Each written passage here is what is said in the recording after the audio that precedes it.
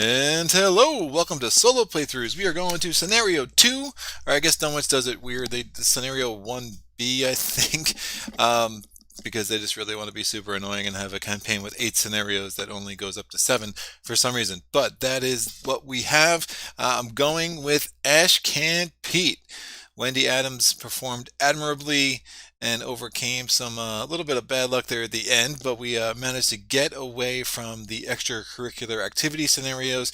We found Professor Warren Rice. He has joined the cause against the forces of evil here and the forces of Yog-Sothoth. And now we're going to go on to try to find Dr. Francis Morgan. And if you are only joining in to see Dr. Morgan tonight, you might as well just turn off right now because we're not going to find him. Spoiler alert. But so we will get to that. So again, I'm doing a class cycle. I think someone on one of my chats coined that phrase and I like it. So a class cycle, we're just going to go through all of Dunwich Legacy with the Survivor class. I'm picking up with the exact story that we created with Wendy.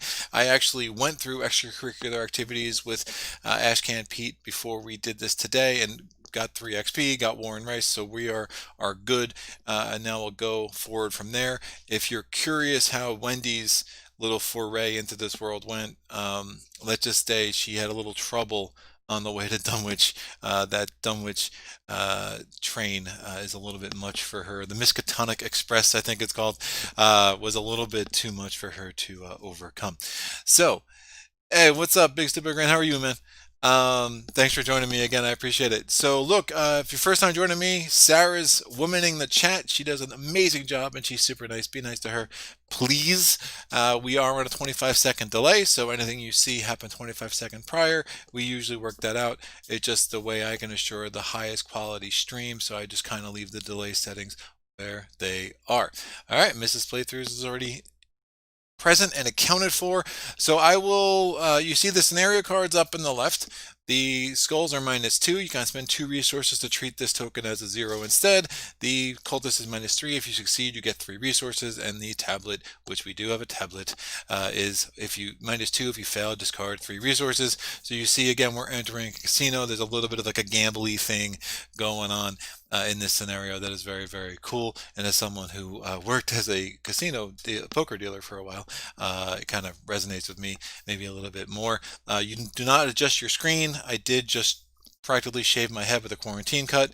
So I guess I'm looking like I'm a member of a biker gang right now, which is it is what it is. I was told by someone that I'm trying to look like Kratos from God of War. If that resonates with you, that is great. I will talk through my deck build with Ashcan and Pete. You will see a lot of the same cards I use with Wendy. Obviously, we're a survivor, except we have the splash. So Wendy is rogue and survivor. Ashcan is survivor and then the splash. Now, one of the biggest criticisms I got in my true solo top 10 is the fact that I did not include Ashcan Pete. And part of that could have been an oversight on my part. I haven't played him a ton recently as the card pool has gotten better and I've gotten better at the game. Part of it is my thing with Ashcan is I love Ashcan. I always find that with the survivors, they tend to crap out a little bit toward the latter half of a campaign, right? And if you're relying only on Duke to do your damage for the first 3 or 4 scenarios, that's great. But if you don't find a way to do bulk damage in scenarios 6, 7, 8, when the big bads get a little bigger and a little better, I think you're going to run into some problems, right? So that's always been my experience. I do think I've kind of rethought how I build Ashcan a little bit, and we'll see.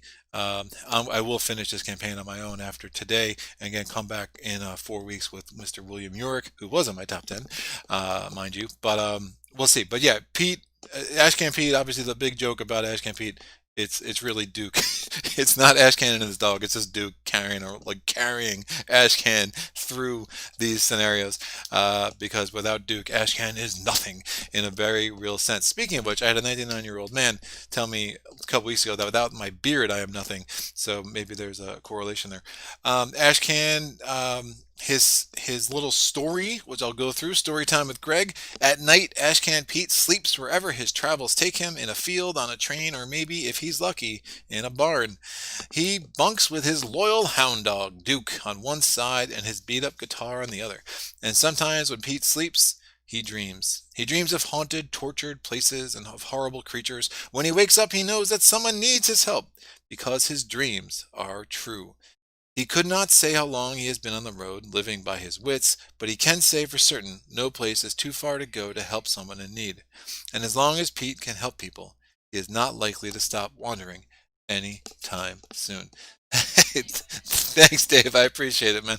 Um, cool. So, yeah. So Ashcan is he's just the drifter. He's just that dude, just walking around the walking around the towns with his little guitar. I think his background, his story. I have like the tabletop coffee table book, whatever. I think he's like from Kingsport or whatever. And just again, one of those people. He's like a survivor. He just kind of fell into this world and this creepy, this old one garbage, and now he's just trying to figure out how to survive, right? And the survivor class can be super fun to play. His special ability is he begins the game with Duke.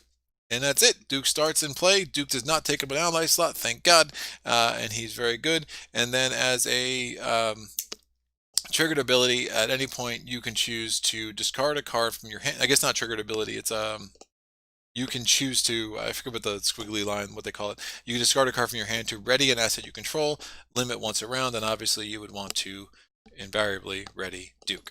All right.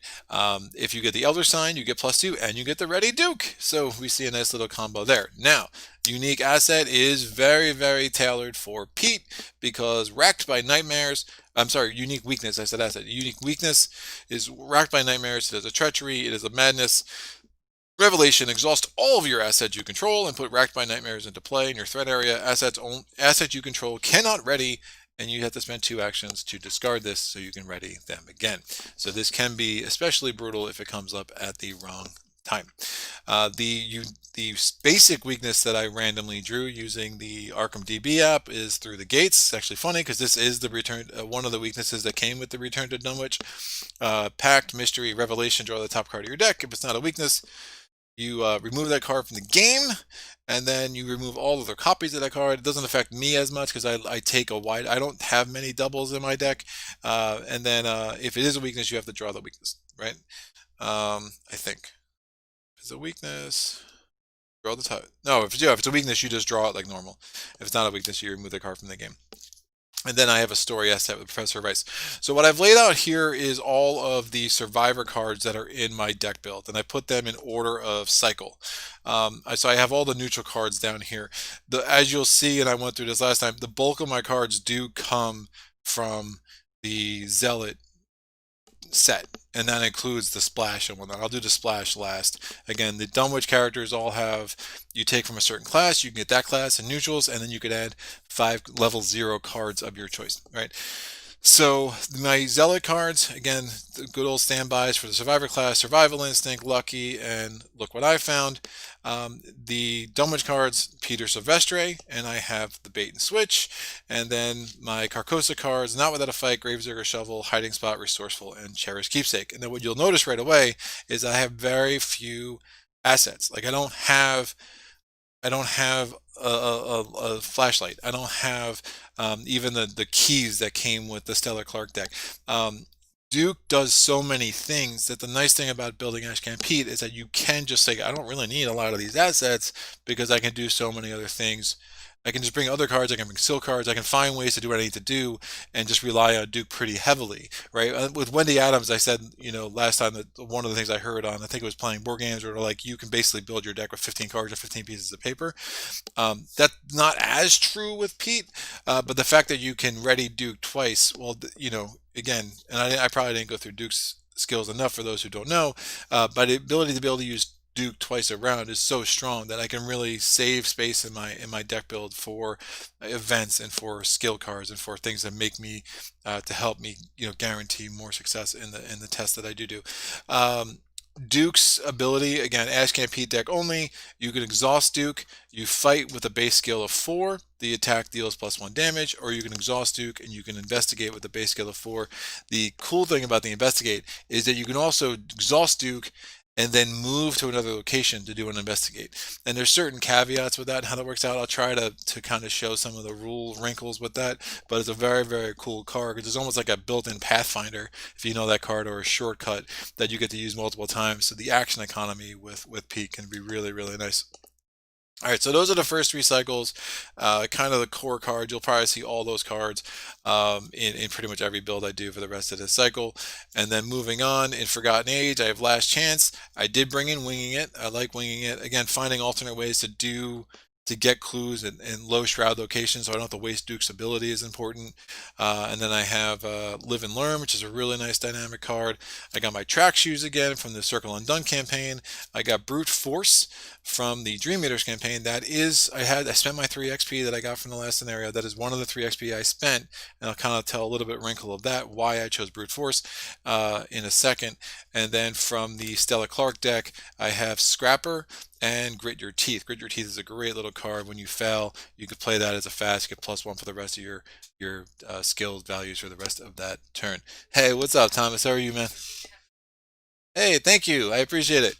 All right, so Scrapper is interesting. So Scrapper also came with Stella Clark. The Scrapper that you're probably used to is an XP version. I think it was 2 XP originally, and then they nerfed it with the taboo rules and made it 6 XP. With the Stella Clark deck, there is a 0 XP version, which is much more akin to the normal, like these cards, like Hard Knocks and whatever. All the the 2 stats you can boost them by 1 resource each. I do like this in a Pete deck because again, one of the things, like Duke only gets you to a base of 4. Again, that's okay against some enemies, not all, right? So you do have to find ways. If you're going to rely on Duke heavily, you better have some ways between skill cards or something like Scrapper that you can boost that combat value to make sure that when you're exhausting Duke, you're getting that 2 damage more often than not. All right, rest of my cards. Here are my neutrals. I take a lot of skill cards with an Ashcan build. I got 1 Unexpected Courage, and then 1 of the other similar cards, like unexpected, like again, 2 icons plus draw 1 for every stat line. So I got 2 guts, 1 perception, 1 overpower, 1 manual dexterity, and you will notice I did double up on guts. And part of that is just my understanding of how this campaign plays out from here on out, especially scenario 6 for anyone who knows what I'm talking about there. I got emergency catch. I only take 1 of those. Most of my builds only take 1 of those. And then we get to my last neutral card is Fine Clothes. I like Fine Clothes for 2 reasons. Again, it's a nice little soak. It's very cheap. Get it out. If there's a treachery card that makes you get rid of an asset, I don't mind losing the Fine Clothes. Just tear my clothes off. We're good. Last thing you want to do is lose Duke. So other assets in play is really helpful at times. And then you have my Splash. So my Splash, I just went from 2 different other classes. I took 3 rogues and I took 2 guardians. So my 2 guardian cards, Dynamite Blast, I love. Dodge, I love. Again, they're both zealot cards, although this is actually from the oh shoot, Nathaniel Chu deck, because Nathaniel Cho deck, because Nathaniel Cho actually comes with a couple more dodges. And then the rest of my splash is I did grab Leo this time, and I grabbed my Lone Wolf. I'm a sucker for a Lone Wolf every time, and I'm also a sucker for Elusive. Now, Elusive by the 2 taboo rules does cost 2 XP, so I did have to spend my last 2 of my 3 XP on Elusive, and then I dropped Spectral Razor. So my initial splash, I had 1 Mystic card in there, Spectral Razor, it's a Dream Eaters card. And then when I took that out to add Elusive, it made sense to add Brute Force, because Brute Force does a lot of similar things that Spectral Razor does. Spectral Razor is probably a little bit better, for Ashcan Pete, but Brute Force can be really, really strong as well, as long as you can get that stat line up enough and take advantage of the maximum damage that it can deal. All right, so I have yammered away enough about this deck.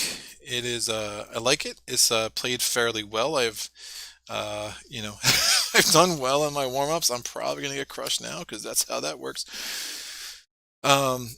All right, you notice I put Duke in green for the sole reason that if I put him in the same color as my other cards, I will invariably shuffle him into my deck and then be like, where's Duke? And like, oh, I have to take him out of my deck again. So only done that a few dozen times. The encounter deck isn't awful in this scenario. You have Naomi's crew, so it's a bunch of like mobster type criminals. The criminal keyword is important, and we'll get to that. We have bad luck, which can be super annoying.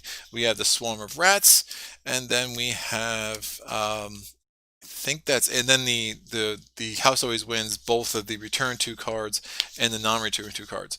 Now there are two other sets that during setup you're instructed to put them aside. One of those sets is the Hideous Abominations. They're brutal. Conglomeration of Spheres is probably my most detested enemy in this game because it just is such an action suck. It's not hard to defeat in that it's only a one combat, but the 6 health can be really bad. And if you're hacking at it with any kind of melee weapon, it just sucks it into it and you lose it. So that's not great. So that can be a real pain. And then the other set that you put aside is you're supposed to put aside the Erratic Fear, and I promise I will say erratic at least once today. It's going to sound like I'm saying erotic. I'm not. This is still solo playthroughs. So Erratic Fear has 7 cards. Again, the Return to introduces Erratic Fear as a replacement for Striking Fear. The way I play is I like to use more of my collection. I like more variety in experiencing these scenarios. So I'll use the Return to framework, but then I do use their recommended variant of just mixing both sets, so the original set and the variant set together. And I'll just choose 7 cards, right? So you're only supposed to add 7 cards from this set. So I will choose 7 cards just from these 2 combined sets. Hey, what's up, Eric? Thanks, man. I appreciate it. By the way, like whatever, man.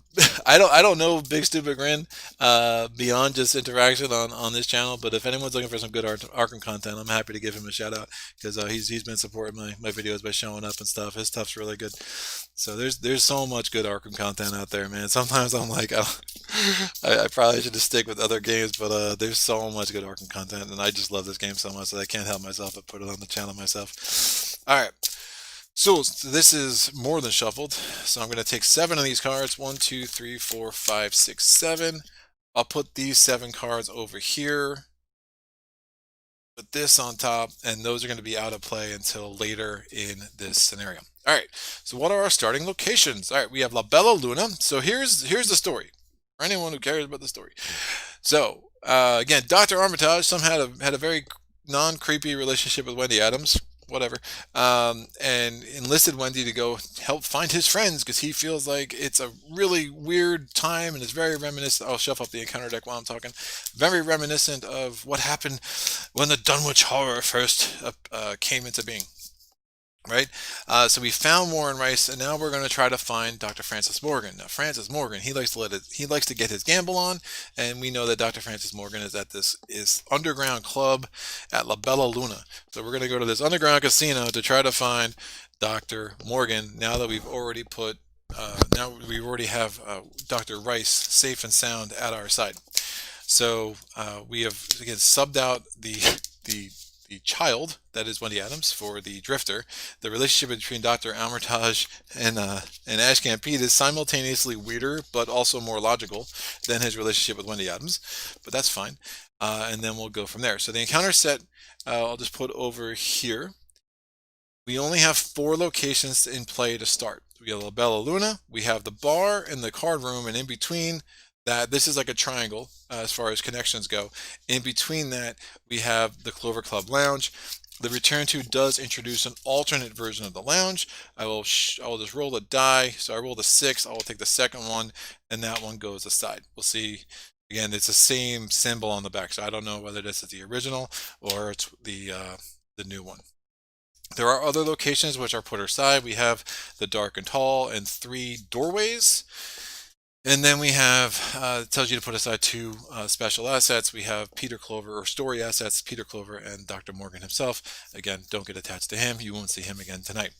The Clover Club Pit Boss starts in play at the lounge. He's very, very interesting mechanics to him, right? I remember like the first time I played this, I was like, whoa, what is going on? What is going on? There's so many interesting things. And now it's like, oh, okay, great. It's the Pit Boss.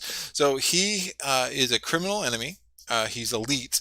His prey is the highest. So prey, if there's ever a tiebreaker, that's when prey comes into play. His prey is the highest intellect. He is a hunter. And is a forced ability. After an investigator at Clover Club Pit Boss's location gains any number of clues, Clover Club Pit Boss readies, engages that investigator, and makes an immediate attack. So we basically don't find clues while he's around. He's basically like the pit boss looking around. What are you doing? And then when we start finding evidence, he gets angry at us and punches us in the face. So we're going to try to get clues without him being there. I'll read the agenda and the act, and then we can start getting this thing going. All right. Agenda 1, the Clover Club. You have entered the Clover Club casino in search of Dr. Morgan. The club is bustling at this late hour, filled with patrons looking to relax and drink, or make it big. You don't appear to be in much danger. Each criminal enemy gains aloof. So as long as Agenda 1A is in play, they have aloof, so they will not automatically engage with you unless, again, you discover a clue at this dude's location. And forced, if an investigator deals damage to a criminal enemy, immediately advance. So we also don't want to attack the pit boss too soon, because then we'll have to advance. And again, if you advance, you're going through the agenda quicker than you want to do. You do not have that many rounds. If you've done the extracurricular activity scenario first, you do not have many rounds to mess around in this one. All right, so Act 1A, Beginner's Luck. So the Act deck has 4 cards. There's 2 versions of 3A. I already took out the one we're not going to need for today. So Act 1A, Beginner's Luck. You need to find Dr. Morgan. The club is packed. Perhaps somebody knows where he is. There is a triggered ability that you can choose when you reveal a chaos token. You can choose to treat that token as if it were any other token in the bag. But if you do that, remember that you have cheated. I would strongly recommend against cheating. Ethically and for this game. Just don't do it. It's really bad. All right, objective: when the investigators have collected the requisite number of clues, they must immediately spend them and advance. And that's important because there are certain things that will trigger if you advance earlier than other times. All right. I think we're good. Story text on the back, flavor text on the back of La Bella Luna, or the unrevealed side of La Bella Luna. La Bella Luna was a multi-purpose establishment. It's very deep. The music is cliche, and they only serve spaghetti. As far as covers for underground speakeasies go, it's not particularly creative. Whatever. Mobsters, they can be big and dumb. We're good. Good. So shot value 2, clue value 1 per investigator, and I will put Ashcan there. And let's see our exciting opening hand. We have Professor Rice. We have Hiding Spot. We have Guts. We have, Leo. I love Leo so much. It's just he costs so damn much to get out. All right, we have Leo, and we have Through the Gates. It's a weakness. I could just set that aside. Then we have Winging It. All right, what do I want to keep? I want to... What? Right. That's what's up. All right, cool. I'm going to keep... I don't want to keep Hiding Spot. I don't want to keep Winging It, and I don't want to keep Guts. I'm going to keep both of these allies, which seems insane, but I might need one of those to do other things other than put them in play because of this scenario. So I'm going to draw 3 more cards. I get Fine Clothes, I get Dodge, and I get Manual Dexterity. What am I gonna do? So it's okay. It's an okay hand. I mean, having Leo covers up a multitude of issues with that extra action. I would have preferred to have gotten some other. I mean, the track shoes are nice. Lone Wolf would have been amazing. Lone Wolf would have been a no-brainer to put Leo in play. I still think I put Leo in play, and then I can use a couple of actions to get resources over the next couple of turns to kind of even that out. And then we'll kind of see where we go from there. So I think I definitely want to get this clue, because having that, I want to say extra clue, you'll see what I mean. It kind of, having this clue can make a big difference. And sometimes having a clue is like absolutely necessary with the return to. That should be off. Sorry about that. I noticed my heat just turned off. My heat just kicked on, so I'm sure you're hearing some feedback on that. That might take a couple of minutes to turn off, but I assure you, I just clicked the button. I thought I did that about 10 minutes ago, but for some reason it didn't work. It might take a little bit. Yeah, if you don't mind. Sarah's gonna run up and try to knock that off. Oh no, you're doing that? Forget it. That's fine. It will turn up. No, it's fine. It's fine. Thank you. Sorry. Sorry about that. It is live, folks. So I am going to exhaust Duke and do an investigate. Now, so again. Oh yeah. Oh yeah. It's really nice, man. It's really like the buff is nice, and then just having that, like, again, once after, if you don't need to parlay, it's like just that extra nickel and dime damage. So one of the challenges with Pete that I found is that you're like, all right, I have 6 health and 5 sanity, and then I have 2 health and 3 sanity with Duke, but you're really managing both of them. So you can't really lose Duke, at least not early in a scenario. So you really have to be careful in how much damage you take on either of them, because there's not much room there's not much cushion. And something like Fine Clothes, where it's like, hey, it gives me at least a little bit extra sponge for one, I'll take it. All right, I'm going to exhaust Duke.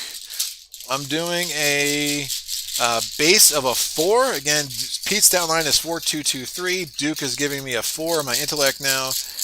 And we'll see. Let's see how this is going to go tonight. +1. Oh man, wasting the +1 when I don't need it is always bad. That's fine. So I got that clue. So that's my first action. I think I do just put Leo out. That could really help open up this scenario. So I'm going to take a resource with my second action. I'm going to spend these 6 resources and get Leo in play. And now I may take an additional action this turn. So additional actions are always the first action. So the heat just went off. So that should be, audio should be a little bit better now. The additional action is always the first eligible action that you take. Right? So say like I was in the middle of a scenario or middle of a turn, I took an action and then Leo dies. It's not like I lose the action on the back end. The action's always on the front end with Leo, which is nice. So with my fourth action that I just got, right, because it's the first eligible action that I have after I put him in play, I am going to actually take a resource and I'm going to start building up my bank again while I can, right? Because I don't want to go where that jerk is. I want him to come to me. So I want him to get out of the middle. Because again, if I'm where he is, I can't discover clues without him engaging me and attacking me. So that's not going to help anybody. So enemy phase. So hunter keyword triggers. He comes here. Remember, he's a criminal enemy, so he's aloof. So he's just going to chill at the entrance, kind of sniffing at my dog. Why are you bringing a dog into my establishment? I don't know, man. It is what it is. And then we're going to go to the upkeep phase. I'm going to ready Duke. I'm going to draw a card. I get Not Without a Fight. Really interesting card. Can only be used if you're engaged with an enemy, so it's one of the drawbacks to it. And obviously I'm not engaged with an enemy now because the pit boss is aloof. And then I'm going to take a resource. Mythos phase. I'm putting the first Doom on Agenda 1, and I draw an encounter card, and the card is Cursed Luck. Of course it is. All right, put Cursed Luck into play into my threat area. I get -1 skill value to all of my skill tests, and after I succeed at a skill test by 1 or more, so I can't just succeed, I have to succeed by 1 or more, then I can just discard it as a forced ability, right? Not the greatest card, not the worst card. Definitely could be worse things to deal with here. I am going to move, I'll actually show how this works because there's no risk in me not there'd be no reason for me not to do it right now. So I'm going to actually exhaust Duke to do an investigate. So I'm going to choose this location to move to investigate the Clover Club Lounge. This flavor text in the back says, comfortable leather couches, mahogany furniture, and an array of beautiful art greets gamblers, tempting them into the life of the would-be affluent. Flip it over. There is no flavor text here. Now look, there's no clue there. So I did an investigate. I did a move as part of that investigate. I go to a place that doesn't have a clue. So the investigation act just fails, right? If I had burglary, I mean, there are cards that you could have in play that you may want to investigate a shroud anyway, but there's no reason for me to do that. So basically the rest of it just kind of fails. And I just, all right, great. I just moved with that action, and there's no harm, no foul. But the fact there wasn't a clue there. This is the original Clover Club, which is a little unfortunate because that's like twice in a row now we got the original locations as opposed to the return to. The alternate lounge doesn't change things that much. I find it interesting, but it doesn't change things that much. In some ways it makes things a little bit harder. Some things it makes the links a little bit easier. It really just depends on luck of the draw. Fortunately for me, this lounge will serve my purposes very well because I, again, drew 2 allies in my opening hand and kept both. This is why. While it is Act 1, Clover Club Lounge gains discard an ally from your hand, gain 2 clues from the token pool, limit once per game. So with my second action now, I'm going to discard Professor Warren Rice, and I get 2 clues from the token pool. And again, that's limit once per game. That is per player. If it says group limit per once per game, that's everyone. Obviously, in a solo game, it's the same. 1 or 1? What do you want? So I have 1 more action. Oh, I have 2 more actions. That's right, Leo's in play. I forgot. I will put some fine clothes on. And then with my 4th action, I will move to the Clover Club bar.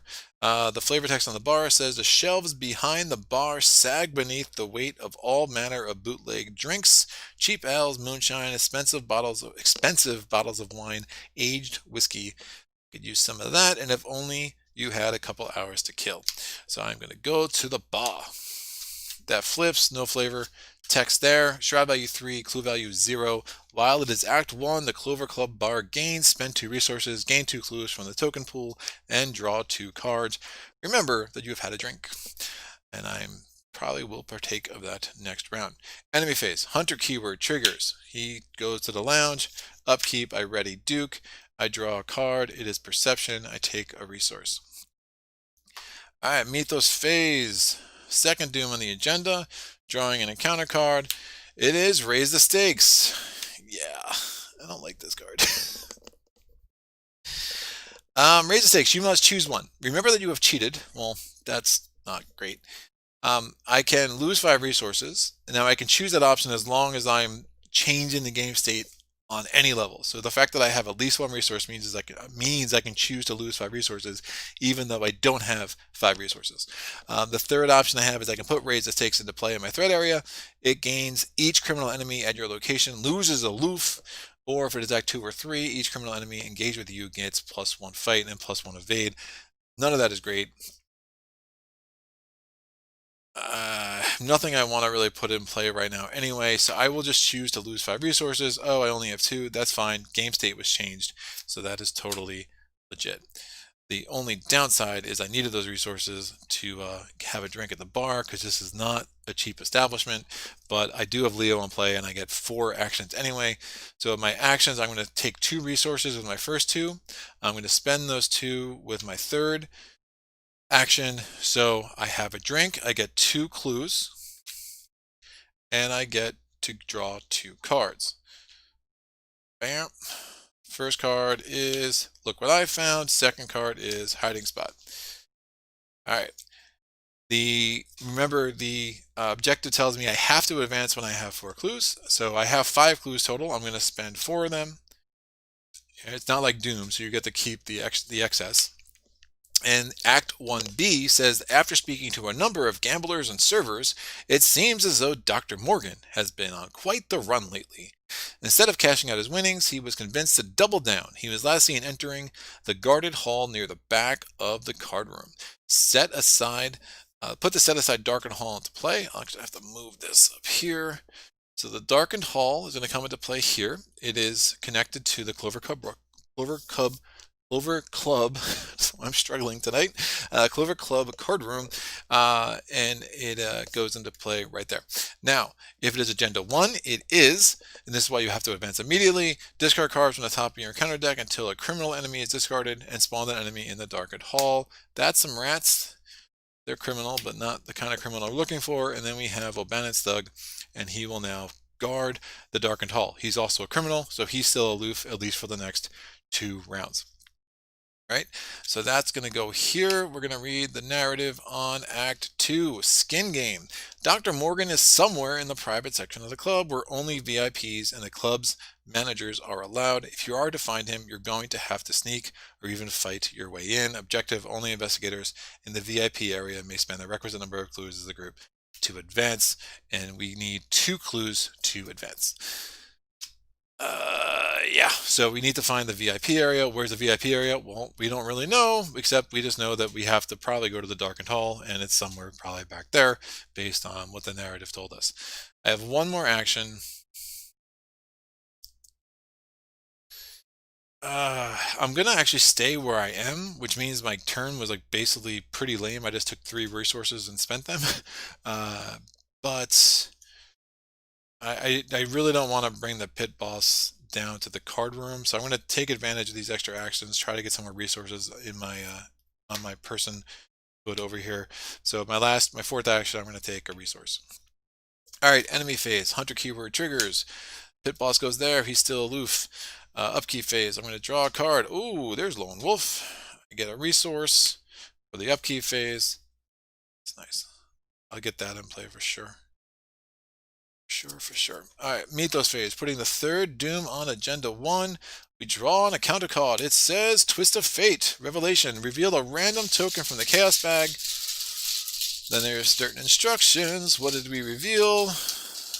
Oh, yeah, there is again, there's a tablet in there because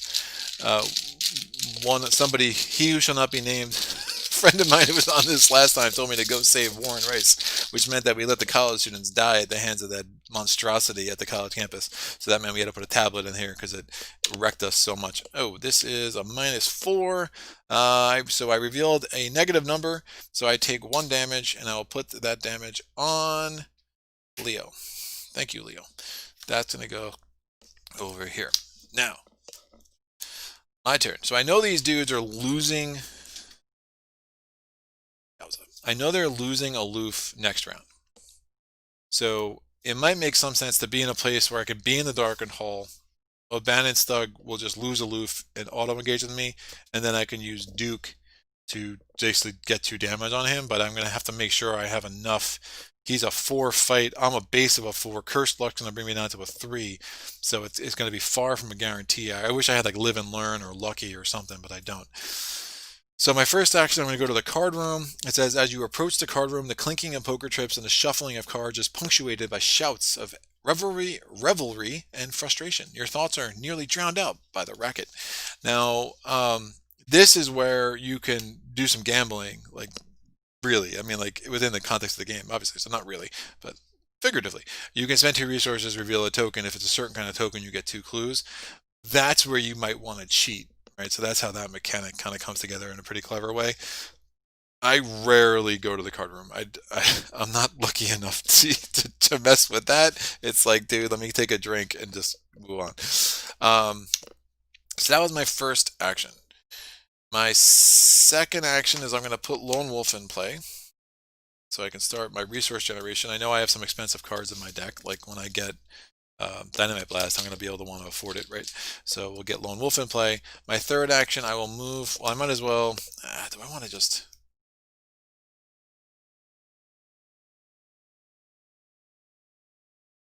I can actually potentially get a clue this round. That might be smarter. All right, my third action, I'm going to go to the Darkened Hall. Darkened Hall, a heavy oak door stands in a secluded corner of the club. As you approach it, the air grows heavy and the climber of the card room fades behind you. We flip that. When Darkened Hall is revealed, put into play the 3 set-aside back doorway locations. I will just put them out, and I'll just roll a die to determine which one I go to, just for the fun of it. Is that all? Camera. Oh, look at that. So I'll put my discard pile over there. So again, he's still aloof because we're still in Agenda 1.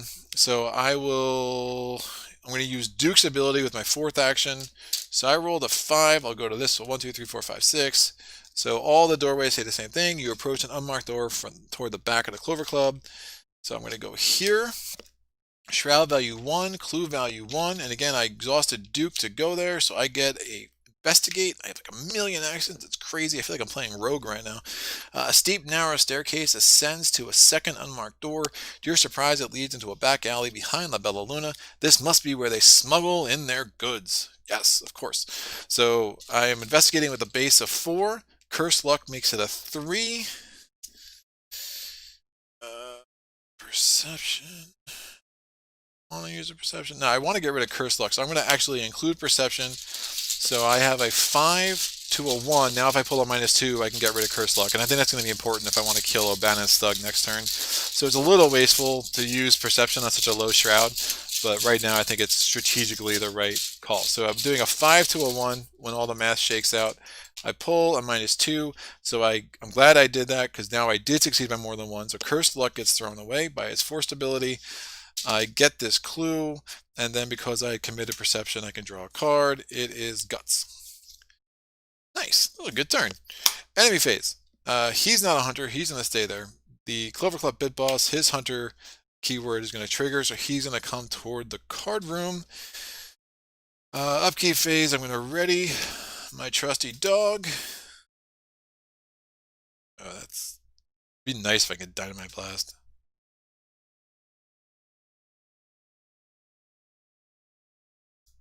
I might do some things with hiding spot. I don't have that much money though. Obviously, I raided the dog. I'm gonna draw a card. I drew track shoes. Oh, that's interesting. The money for track shoes, but that's interesting. I'm gonna take a resource. Mythos phase. 4th Doom on the agenda. Agenda advances. And I'm just gonna bear with me. I'm not gonna follow all these instructions because yeah, you'll see. So your questioning has drawn the attention of several men, hired thugs by the look of them. Francis doesn't want to be bothered, one of them says. We suggest you leave the premises before we force you to leave. Shuffle the encounter discard pile into the encounter deck. I'm not going to do that just yet. Since we've already completed extracurricular activity, we advance directly to Agenda 2B. Great. So we don't even have to read 2A. We just go to 2B. And now you see why I didn't shuffle. You hear a crash from somewhere outside and screams of pain in the lounge. A terrible monstrosity smashes through the entrance to the club, crushing the stairwell and knocking over gangsters and patrons alike. Spawn a random enemy from the set-aside hideous abominations. So I rolled, it's a 6, so 1, 2, 3, 4, 5, 6. It's a conglomeration of spheres. He's going to go in the lounge. And then I'm going to take the rest of these and the encounter discard pile, and that all gets shuffled into the encounter deck. We remove La Bella Luna from the game. Now the significance of that is there's a resign ability on there. It's like you can't escape the front door anymore because you got some abominations that are kind of in your way. So that's fine. Agenda 3. Amidst the chaos and confusion, the strange abominations attack everyone in the club. Screams echo through the halls as blood begins to spray. All right, so I'm going to mix in, again, that combination of striking fear and erratic fear, and the hideous abomination. So there's 2 more hideous abominations. There's 1 servant of the lurker, I think it's what it's called, and then 1 conglomeration of spheres. I'd much rather the servant of the lurker. Conglomeration of spheres is nasty. So we do have a lot of enemies. I should probably figure out how I'm going to start killing them. Yowza. So I do not have, I mean, again, I'm stuck with just Duke right now. I'm probably going to want to find this Dynamite Blast. Alright, that is more than shuffled. That goes there. So that was just the, I added the Doom, I checked the Doom threshold, we did a whole bunch of stuff, and now I draw my encounter card. It is this, oh, wow. It's the Servant of the Lurker. Okay. Well, that wasn't what I expected. Servant of the Lurker, he is a, wow, that's really bad shuffling. So he has 5 health, I'm sorry, combat of 4, 2 agility. He's a hunter, and when he attacks you, discard the top 2 cards of your deck, which is bad. Very bad. I'm going to try to get 2 damage on him and then evade him. Alright, beginning of my turn, Lone Wolf triggers. It doesn't say exhaust. I do it because it just reminds me that because I'll be halfway through my turn. Like, did I use that? Oh, I did. Okay, we're good. If I can, using my 4 turns, if I can get 2 damage on him, evade him, put out my track shoes, and then potentially get into a different part of these hallways, that would be fine. But then oh man, this is getting crowded. It's getting really crowded. So one of the things I don't think I read this. I did read this. So force at the start of the enemy phase, discard each criminal enemy in the same location as abomination. So that at some point is going to go to our advantage. So like, again, the Servant of the Lurker goes, I mean, Abandoned Slug will probably be discarded because of these 2 guys. And as much as I would like to kill the pit boss because of his victory point, he'll probably get taken out of play because of the abominations as well.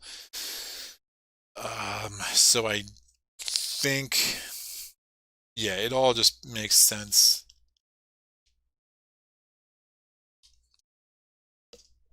Of course, if I spend the money on the track shoes, even if I get the dynamite blast, it's going to be hard to afford to play it. But I can't do, if I use Duke twice, that's still only 4 damage on the servant. So it's not like I have a strong shot of killing him this turn, unfortunately. So let me do this. I'm going to exhaust Duke. I'm attacking with a base of 4, and I'm going to commit not without a fight. Servant of the Lurker is does not have retaliate. So even if this fails, that's fine. It'd be very sad if it fails, for sure. So not without a fight. Again, the skill icon's on the side. It gives me a willpower, a combat, or an agility. So the only icon that applies is the one that's relevant for the test. Additionally, for each enemy engaged with me, I get 1 more of each of those. So I get 1 from there, and then the additional 1 because I'm engaged with 1 enemy. So I now have a combat value of a 4 base because of Duke, plus the 2 from not without a fight. So I'm doing a 6 to a 4, and because I'm using Duke, it would be for 2 damage. So let's see if we don't get unlucky here. What do we get? +1 again. Nice. So Servant of the Lurker takes 2 damage. Not without a fight goes to my discard pile. I'm now going to try to evade it because I can't kill it this turn anyway, and I don't feel like discarding 2 cards and taking 2 and 2. So I will try to... Hiding Spot could be really helpful, actually. It's only got a 2. I'm going to commit Manual Dexterity. So I'm doing a 3 plus 2. I'm doing a 5 to a 2. Both my weaknesses still on my deck too, which is... I know I'm going to get wrecked by nightmares like the worst time. 5 to a 2, -1, so I succeed. So Servant of the Lurker is exhausted. He's going to stay right there. Manual Dexterity goes away. I draw a card because I succeeded. I get Winging It. That's a nice card to discard to re-ready Duke when I want to. With my third action, I'm going to spend the 3 resources I have, which means I'm broke again. I mean, I'm a drifter. What do you expect? Putting some track shoes in play because I love them. And then I'm going to... Oh, that's no guarantee, is it?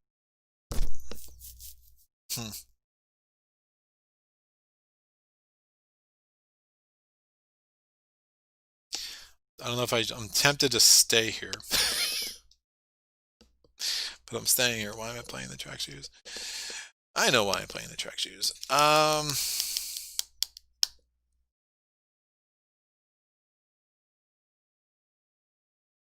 I stay here, that servant's going to still take... Yeah, I should probably not be where he is. The problem is if I fail this test,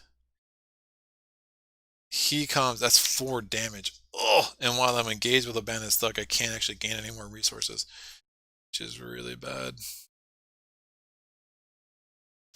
Pit Boss is elite, so that means Hiding Spot's not going to be effective against it.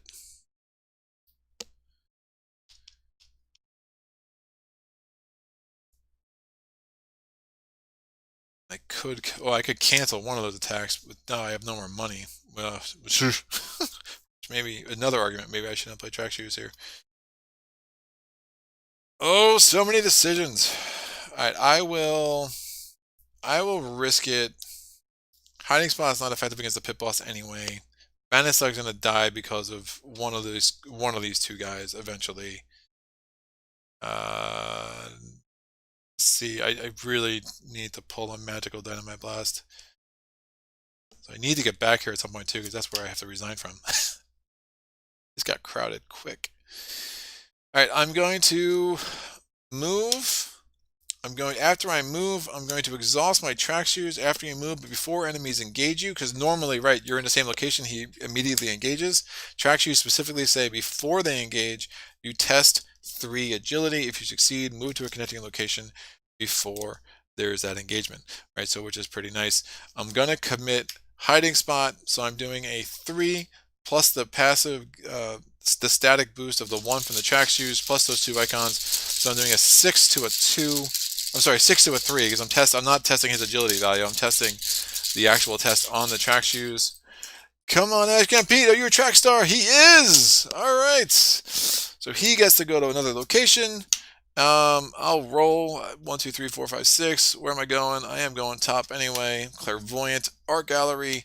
After you fail a skill test while investigating the art gallery, lose 2 resources. I'm glad I'm there, because if the other location, now we know this is the VIP lounge, and when you're there, you actually can't gain cards or resources during upkeep, which is obviously not great for me. So enemy phase, what happens?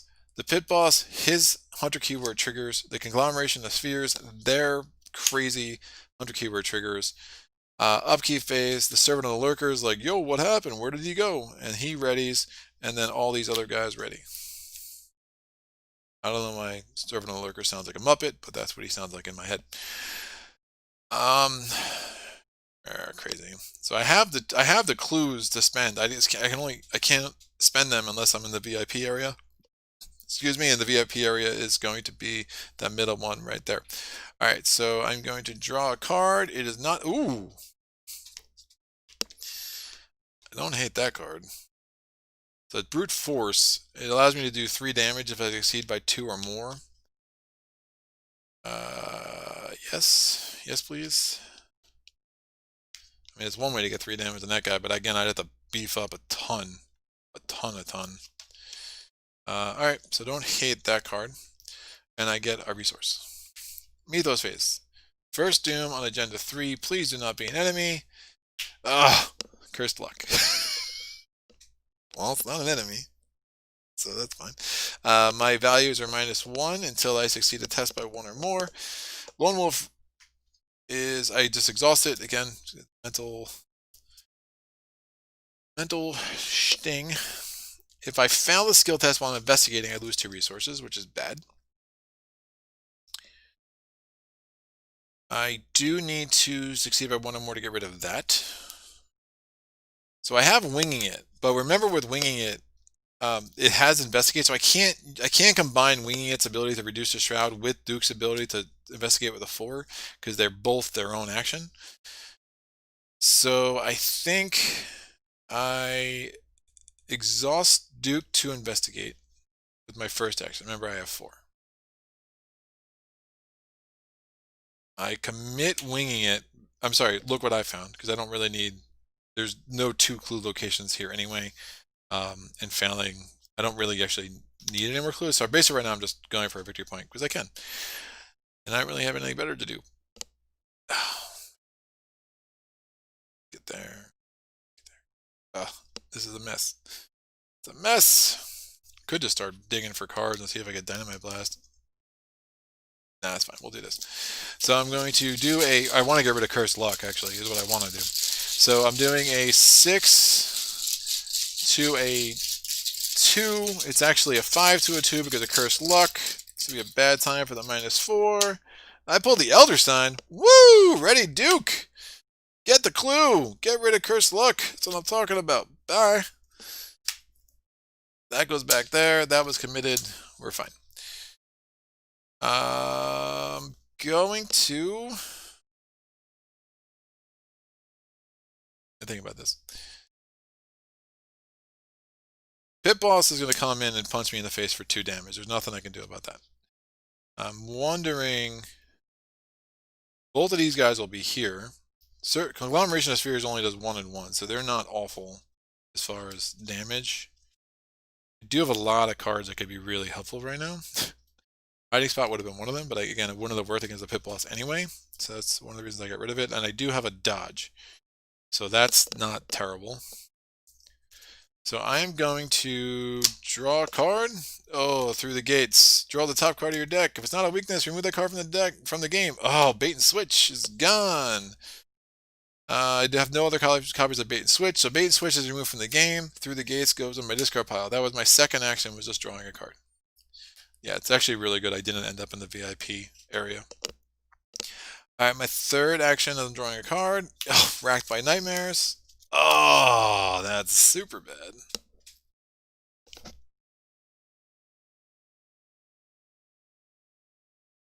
Yes, both my weaknesses were back to back. That's great. So I had to exhaust all these. How am I gonna... I don't know what I'm gonna do now. I don't know how I'm gonna get... I mean, so when everything's exhausted, it's a little weird. You can still use all your assets as normal, except for the ones that have as a cost of using them the word exhaust. So basically, I'll still get +1 resource the next turn that starts. I still have the passive, except I can't. I'll still have the I'm sorry, the static +1, but I can't actually get 2 places, and I can't use Duke for any of his abilities. I still have the additional action. I still have the parlay ability from Fine Clothes. But yeah, that's a really bad timing for that card. If I had pulled it 1 earlier, I would have just used my last 2 actions to get rid of it. But that was not how that played out. Oh man, this is really ugly. My last action, I'm gonna draw a card. Guts. All right, great.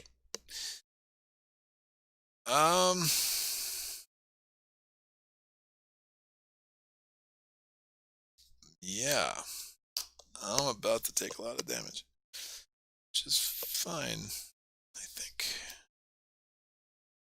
Cool. Enemy phase. Hunter keyword triggers. Clover Club Pit Boss goes in. He gives me 2 damage.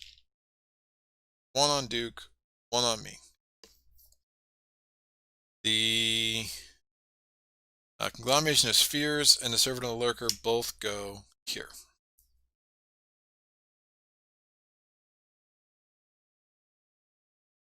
Assets cannot ready, which is really bad. Even if I evade him,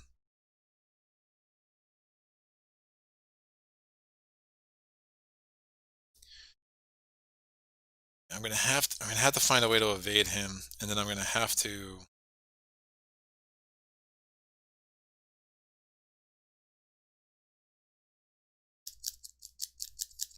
evade him, get rid of this. Wait, he's gonna get thrown out because of those guys. Next turn? I need to get like survival instinct. I mean, I'm just not pulling good. All right. Upkeep phase, nothing readies because they can't ready because of Racked by Nightmares. I draw a card. It's my teddy bear, because clearly what I needed right now, guys, was my teddy bear. I take a resource. Mythos phase.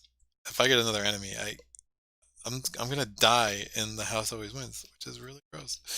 So I get a Doom on here. I draw an encounter card. It is Twist of Fate. Draw a random token from the bag. I don't know what I want it to be. It is a skull. I take 2 horror. That's probably for the best. If I wasn't going to pull the nothing happens, I'd rather probably take the 2 horror than a 1 damage, considering my current situation. So I'll put 1 on Duke, 1 on Leo. Investigation phase.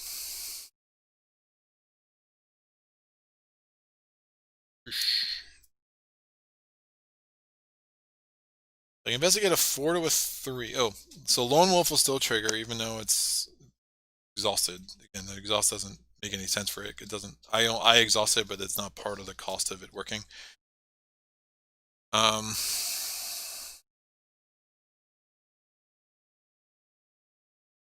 I think I have 4 shots at this evade. So I'm doing a 4 to a 3. He's not alert. I mean, alert's not a mechanic that's introduced until Forgotten Age. So 4 to a 3 would be a good time to get lucky.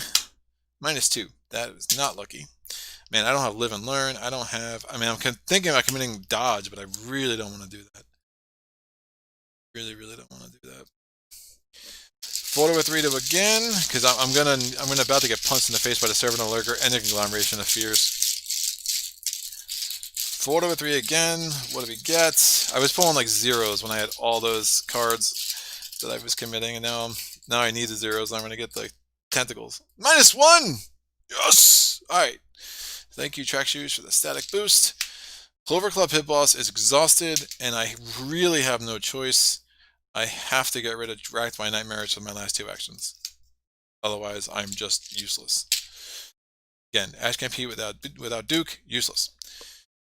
Enemy phase. At the beginning of the enemy phase, the O'Bannon Thug this is the coolest. Like this is like they do this again in later campaigns, and they do it probably a little bit better with some of the mechanical issues, some mechanics they add to it.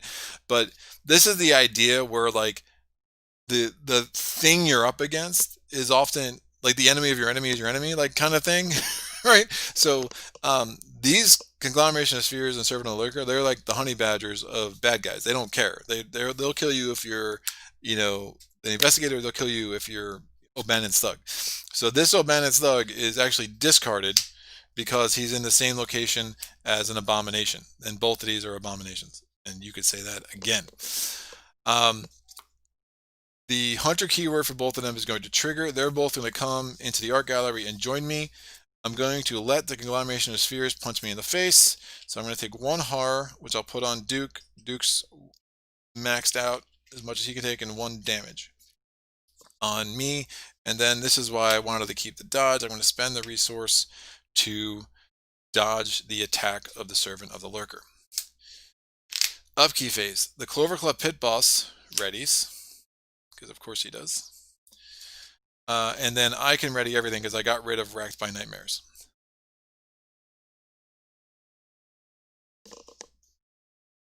So you're saying there's a chance. I'm going to draw a card, and please be Survival Instinct. It is not.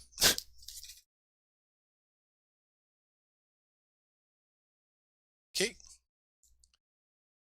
Wondering if I can kill this servant, which would be crazy. If I can kill this servant, the conglomeration will still be there. The conglomeration will kill the pit boss at the beginning of the next enemy phase. And that's one way I could kind of weasel out of this. I got some options. Alright. Took a card. I take a resource. That gets me up to 4. Dynamite Blast is buried in my deck. My Survival Instinct is buried in my deck. My Lucky is buried in my deck. And my Live and Learn is buried in my deck. All of that is great. Alright, Mythos phase. And if someone's out there saying, this is why you should take 2 copies of the card you really want. Yeah, I know. Alright, so third Doom on the agenda. I'm taking the top encounter card. It is Raise the Stakes. I'm going to put it in my threat area. Now, you couldn't choose this if you had already chosen this. But since this does change the game state, I will put this in my threat area. I'm not going to lose the resources, and I'm not going to cheat because I'm just very anti-cheating. I'm going to get one of those like surge cards. If you had a drink, you lose an action. I know that's about to come at the worst time possible. So that means that this criminal enemy has +1 fight and +1 evade, but it doesn't matter when he's +1 dead in about 5 seconds because of the conglomeration. So I'm not too worried about that. I am starting to worry about how much time I have left in this scenario because this has taken a lot longer. You're flying through the beginning, and then it just we hit a speed bump called Wrecked by Nightmares. So here's the deal. I am going to Lone Wolf triggers resource. I'm going to try to punch the Servant of the Lurker in the face. So I'm playing Brute Force. Max 1 committed per skill test, while Brute Force is committed during a basic fight action, which is what this is. It gains. So if I use this with Duke, that text wouldn't apply because that's not a basic fight action, right? That's a different kind of thing. But basic is like I'm just using my fist, and I'm going to tell my dog to stay to the side for a second. So I'm trying to kill this guy with Brute Force. So it gives me 2 extra combat icons, and if it's successful by 2 or more, it deals +2 damage. So I can do 3 damage on the servant if I somehow succeed by 2 or more. Now, it's not going to be easy because, again, my base is only a 2. That makes it a 5. This makes it a 6, 7. So I need a -1 or better to kill the servant. If I fail, or if at least if I get 1 damage on him through this, then I could use Duke and hopefully get that last 2. But remember, Duke, I would only be doing a 4, and I have no more icons because I used all my icons. I have a bunch of willpower icons, which are useless. All right, -1. Let's just make a -1. And if I pull a skull, remember, I can treat it like a 0. So this would be a nice place to get a skull, which I don't think I pulled yet the scenario, except for when I got 2 horror from that 1 encounter card. All right. Give me a skull. Skull me. Oh, it's a 0. Even better. Cool. I mean, not better. It's the same. Oh, I guess even better because it's saving the 2 resources. So I did succeed by 2 or more. So the Servant of the Lurker gets 3 damage. Bye-bye. He's now in the victory display. That makes me happy. All right. Now, what the heck am I doing? So I still have 2 of these guys. Remember, the pit boss is a 4/4, which is bad. He will not attack me because at the start of the enemy phase, he's going to be discarded. He's a criminal enemy at the same location as the abomination, so I will not have to worry about him. Now, again, when he's discarded, since he's not defeated, if he was defeated, he goes into victory display. But since he's just discarded, he'll just go to the discard pile. And if I have to reshuffle that, which I won't, but if I did, then I could just put a green on him to make sure he matches the rest of the encounter cards. He does have an encounter card back, like the rest of the encounter, the rest of the treacheries and whatnot. So I think it might just make sense. I can't move. If I move, I'm going to get 2 attacks of opportunity. I don't want that. I think it makes sense just to attack the conglomeration a little bit because I have 3 more actions now. Maybe I kill the conglomeration, I get another victory point out of that, and then I can go to the VIP area, and then I know where I can resign. Any chance of me saving Peter Clover is out the window, and if you don't know what that means, I'll mention that again in a second.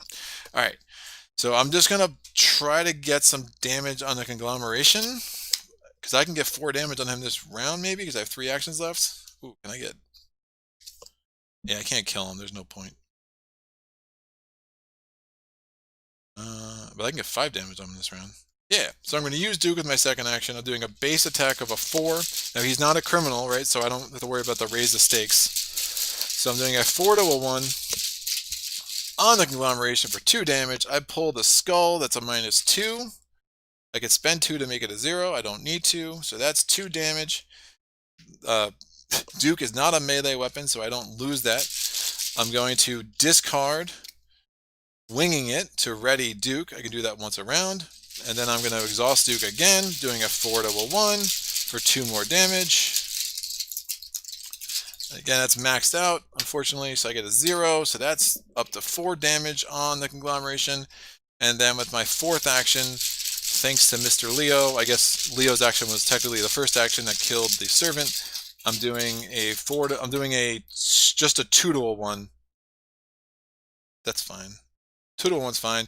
If I pull the tablet, that's a little gross, but it is what it is. +1, pulling good. Let's go play the lottery today.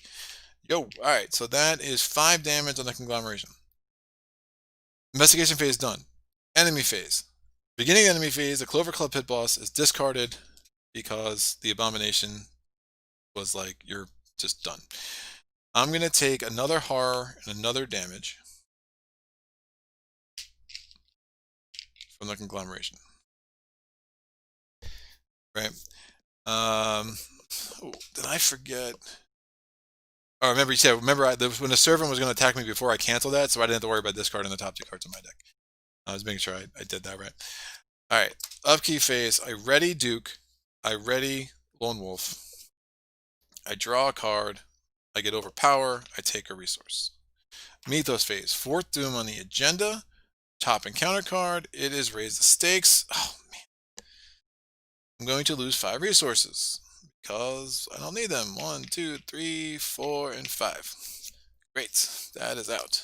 Again, those are the special return to House Always Wins encounter cards. My turn. I'm going to... Sure, I'll use Duke.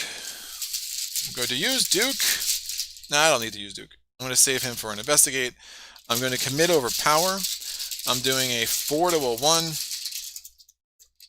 because it's a base of a 2 plus the 2 icons from overpower. I pulled the +1. The conglomeration is dead. He can go join his friend in the victory display. I draw a card.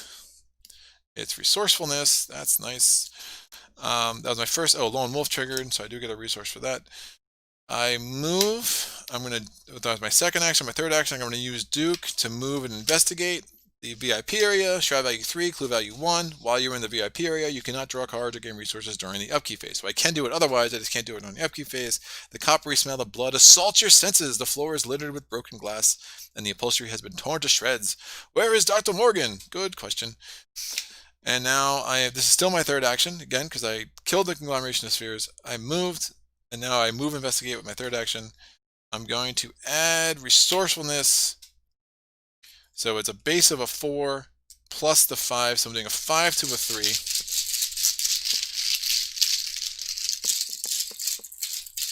5 to a 3. -4. Yikes. So that didn't work. I could make it. Oop. So my last action, I don't have any more weaknesses in my deck, so I'm just going to draw cards. I know I still have Lucky in there. I still have Live and Learn. I think the Amazon man's at our door, so there's going to be no one's monitoring the chat for a second. Rock on. Cool. I'm going to draw a card my 4th action. Gravedigger Shovel. Great. I can put that in play, discard it, get that last clue next turn. Oh. This is my 4th action, so I don't get any cards or resources during the upkeep. I still get Lone Wolf. This is in my threat area. I will, while I'm here, I'm in the VIP area, I will spend those 2 clues. I just want to get that last clue just for the victory points, so I'm basically just chasing victory points. So we're going to advance this. So what does this say? We have completed extracurricular activities. So it says the VIP rooms are filled with the mangled and bloodied bodies of unfortunate patrons. There doesn't appear to be any trace of Dr. Morgan. You hear screaming and gunfire from the main area of the club. Put the set aside Peter Clover into play in a Clover Club bar. So we have Peter Clover. He is a friend of Naomi, and all the gangsters are named Naomi's crew. And then we're going to search the encounter deck for the last abomination, because obviously we don't want to take any of these guys out of the victory display.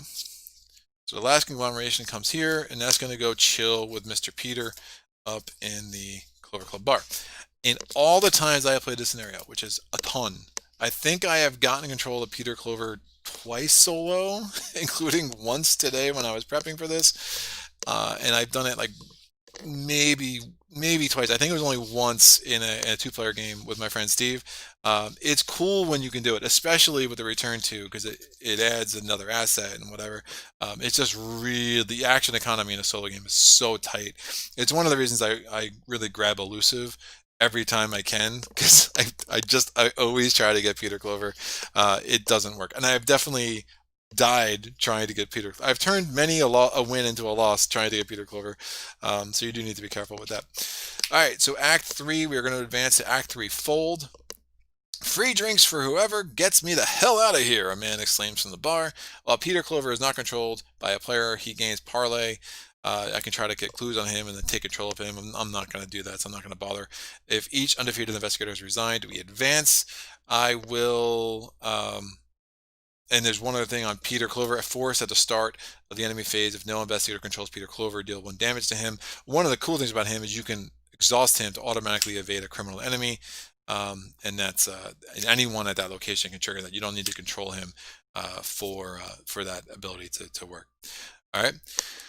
So those are my 4 actions. I'm going to enemy. All right. So the enemy phase, the conglomeration of spheres is going to move here.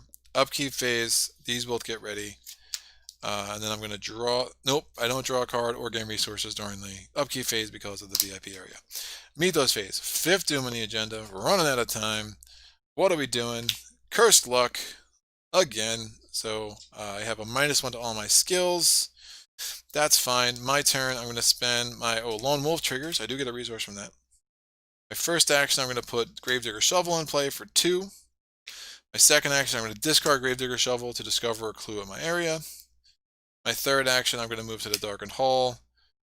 I'm going to exhaust Track Shoes to try to move twice this turn, but again, I'm only doing, it's a 3-4 to a 3, but Cursed Luck makes it a 3 again. So this is unlikely. So a 3 to a 3. Let's see if I can pull another +1 one more time. It's, or the tentacles. It's the same thing, really. And my 4th action, thanks you to Mr. Leo, is I'm going to end up in the back alley. Enemy, the start of the enemy phase last time, Peter Clover should have taken a damage. At the start of the enemy phase this time, he takes another damage. Hunter keyword triggers. Upkeep. Draw a card. Take a... Oh, there's a survival instinct. Where were you before?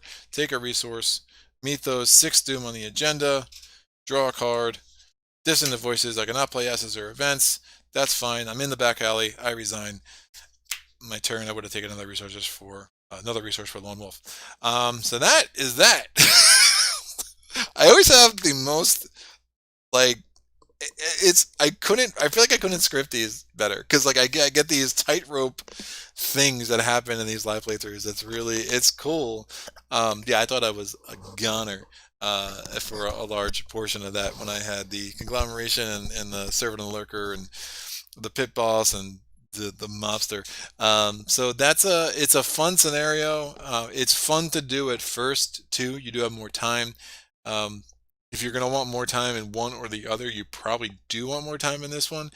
I usually do it second because I'm a sucker for just continually pounding my head into the wall of trying to get Peter Clover, and that doesn't always go very well. But that was a solid get for. Oh wait, this conglomeration of spheres doesn't have a victory point. I'm sorry about that. So yeah, he would have just been discarded. But as a solid get in victory points, I mean, I get the 4 because I have the servant, and I always think the conglomeration should have a victory point, and they don't, and it always drives me bananas. But it didn't change. He would have been in the discard pile by the time I killed him, which is fine. So I get the 4 victory points from that, and that will be nice. I'll have 7 victory points going into my William Yorick deck for the next round, and I think I might get additional victory points. I gotta remember what happens. There's an interlude. We'll have the opportunity to add Dr. Armitage to our deck. I will just Dr. Armitage. I don't love in some ways, but I think for the narrative flavor that he adds, I'll definitely add him to my deck. Oh yeah, yeah. You noticed that too, right? It's like I was like cruising. I was like, good. We'll be able to maybe get Peter. I was thinking of that little bit of oh yeah, Leo is great. Leo is great, and I even said that when I built my Wendy Adams deck that I probably didn't build her totally optimally because I think Leo would have been the a right card to add, but I went with Madame Lebranche and what else? I had Peter. I think I had the Black Cat.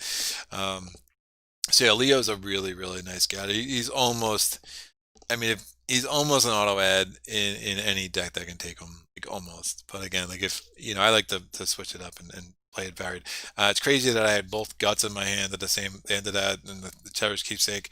And considering how it looked for a while, like I really didn't come that close to dying. I had a fair amount of soak left between the Fine Clothes, Leo. I could have killed off Duke if I got really desperate. I only had one horror on Ashcan. The fact that he's only a 5 does, I mean, there's certain cards like Fight or Flight that just don't make sense. He never has that much horror on him to really make it worth it. So building for him, building for every character is different. But I mean, there's some really strong cards in his deck still. I mean, Last Chance I love. I got my Lucky. There's the Emergency Catch that never came up. We have Scrapper, Dynamite Blast, Live and Learn, my Elusive, Peter Silvestre. Being able to do that chunk damage with Brute Force was huge. I mean, I got a couple of key -1s when I needed them, including that one because it really just helped with the action economy and, made me be able to squeak out of there getting greedy with all the victory points, right? I didn't have to go. I mean, I had to go to VIP area to spend the 2 clues, but I didn't have to get that clue on the way out. I just wanted to get the victory point because it can really make a big difference. Victory points are hard to come by in the first couple cycles, and then you get the Forgotten Age, and it's like, here's 15 victory points. What are you gonna do with it? And it's awesome. It's one of the reasons that's my favorite campaign because you can do some really unique things in your deck as you go forward. Assuming you can just you just Grin and Bear scenario 5A, which is still a little bit broken even after the Return 2 came out. But that is that. I appreciate everyone. Yeah. Thanks, Eric. Yeah, so that is it. I appreciate the chat bringing it tonight. The happy birthday wishes. I'm a lucky dude. Thank you for all the support to this channel, the likes, the comments, everything helps. My patrons who showed up tonight, really appreciate your support as always. We will be back in 2 weeks with something. I think I might be doing a Maze Night Volcarious Quest.